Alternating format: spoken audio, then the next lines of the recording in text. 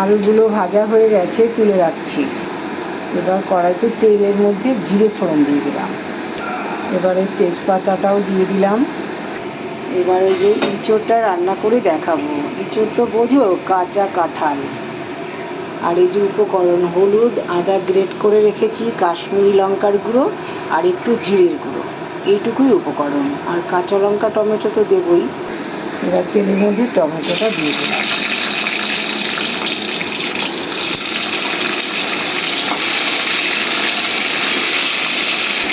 এবারে এর মধ্যে দেখো আমি সব মশলা দিয়ে দিচ্ছি: লবণ, লঙ্কা, হলুদ, জিরের গুঁড়ো, কাশ্মীরি লঙ্কার গুঁড়ো আর আদাটা গ্রেট করে। আজকে সোমবার, নিরামিষ করেই রান্না করছি। আমরা তো নিরামিষটাই খাই বেশিরভাগ, সোমবারে, শনিবারে, আবার একাদশীতে। দেখলে গ্রেট করে দিয়েছিলাম। এবারে আমি ভালো করে কষানো হয়ে গেছে, দেখতেই পাচ্ছ। এবারে আমি কাঁঠালের ইঁচড়টা দিয়ে দিলাম। এবার ভালো করে নাড়াচাড়া করবো। চটজলদি কীভাবে রান্না করতে হয় সেই সব দেখাই। সারাদিন ধরে ধৈর্য ধরে রান্না করা সম্ভব না। এখনকার ছেলেমেয়েরা চাকরি করে, কত কাজে ব্যস্ত থাকে। এই জন্য আমি চটজলদি রান্না করেই দেখাই, অল্প সময়ের মধ্যে। ঠিক আছে, আমি এইভাবে উপকরণ দিয়ে আমি বসিয়ে দিলাম। আর আগে তো প্রেসার কুকারে 2টো সিটি দিয়ে রেখেছি, এটা সিটি দিয়ে নিয়েছি। সিটি দিয়ে এটার মধ্যে জল ঝরিয়ে তারপরে দিলাম। এই যে কুকার, তার কুকারের মধ্যে আবার ডালও বসিয়ে দিয়েছি। একটুখানি জল দিয়ে নিচ্ছি, তাহলে কম তেল দিলেও লেগে যাবে না, আর কষানোটাও ভালো হবে। অল্প একটু জল দিয়ে নিলাম, আর কষানোর মাধ্যমেই হয়ে যাবে। সমস্ত মশলা তো আমি আগে থেকেই দিয়ে দিয়েছি, দেখলেই। আর এদিকে দেখো, ডালের মধ্যে লবণ, হলুদ আর লঙ্কাটাও দিয়ে দিলাম। আর ডালের মধ্যে কী দেবো? আম। এই আম দিয়ে ডালটা রান্না করবো। আর কি রান্না করবো বলো তো? সজনের ডাঁটা। আর এটা লাল আলু কেটে রেখেছি। ভাতও হয়ে গেছে। ডালের মধ্যে একটু লঙ্কা দিয়ে দিলাম। আর দেখো, ডালটা তো ভালো করে গলেনি, তাই আমি এটা দিয়ে একটু ঠাসা দিয়ে দিচ্ছি। এভাবে দিলে না তাড়াতাড়ি হয়ে যায়। আর আমি কুকারে রান্না করলে কেউ, আমি সিটি দিয়ে নিই ডালটায়। এই ডালটা ভীষণ ভালো, অল্পতেই গলে যায়। এখন একেবারেই গলে গেছে। দেখো, কষানো হয়ে গেছে। আর আমার হিংটা দিতে মনে ছিল না, একটু হিং দিচ্ছি।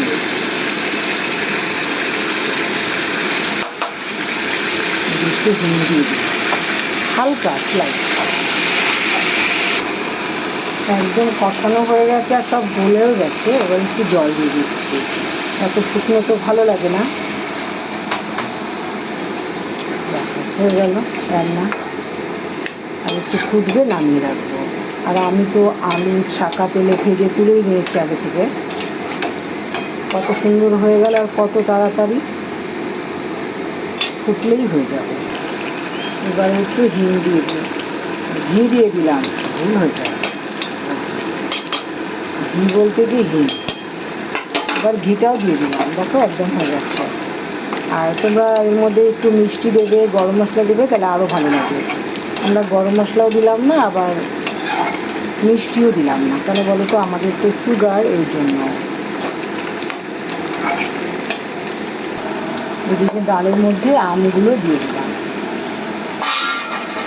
আর দেখো, কত পরিষ্কার পরিচ্ছন্নতা করে আমি রান্না করি।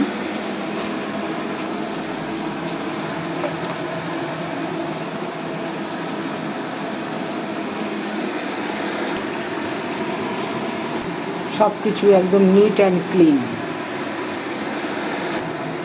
দেখো, রান্না করে আমি নামিয়েও রাখলাম, আর কত সুন্দর হয়েছে, আর খেতেও অসাধারণ লাগবে। তেলটা গরম হয়ে গেছে, শুকনো লঙ্কা দিয়ে দিলাম, আর একটু সর্ষে ফোড়ন দিয়ে দিলাম। এবারে কি করব? ডালটা সোমবার দেব।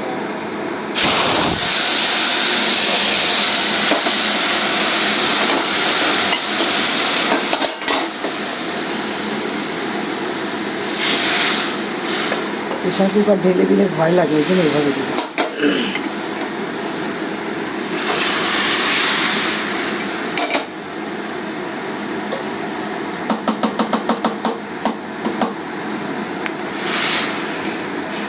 এইভাবে আম দিয়ে ডালটা করে নিলাম।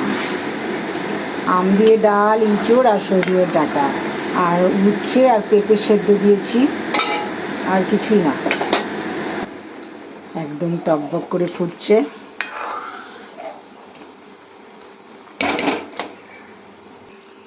আর ডালটা কত সুন্দর হয়েছে, আম দিয়ে ডাল। আবারও তেল দিয়েছি, আবার জিরে ফোড়ন দিয়ে দিলাম,